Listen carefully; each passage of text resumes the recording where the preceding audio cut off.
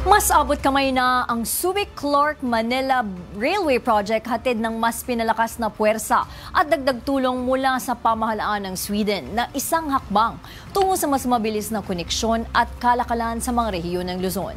Narito ang report.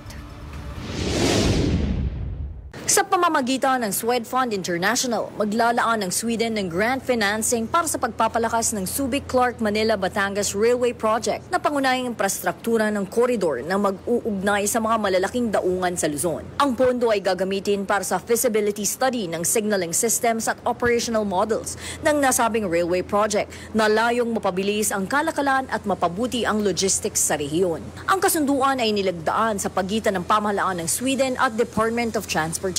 Binigyan diin ni Secretary Go na ang pakikipagtulungan sa Sweden ay hakbang tungo sa pagkakaroon ng world-class na infrastruktura na magpapasigla sa pamumuhunan at paglago ng ekonomiya. Kabilang sa mga dumalo sa presentasyon sa Malacanang sina Daniel Wolvon ng Sweden's Ministry of Foreign Affairs, Ambassador Anna Ferry, Trade Commissioner Johan Lennefok at mga opisyal ng DOTR na pinangunahan ni Acting Secretary Giovanni Lopez. Ipinahayag ni Ambassador Ferry ang buong suporta ng Sweden sa pag-unlad ng transportasyon sa Pilipinas gamit ang kanilang teknolohiya at kaalaman para sa mas matatag at pangmatagalang pag-asenso. Nagpahayag naman ng pasasalamat si Secretary Lopez sa suporta ng Sweden na makututulong sa pagpapalakas ng koneksyon sa pagitan ng mga pangunahing daungan at industrial zones. Dagdag pa ni Sec Lopez, makatutulong ang proyekto sa pagpapababa ng gasto sa logistics at pagpapabilis ng kalakalan sa bansa. Ang Swedish grant na ito ay dagdag sa June 2025 funding mula sa US Trade and Development Agency, habang ang Asian Development Bank naman ang mangangasiwa sa procurement ng consultant para sa feasibility study.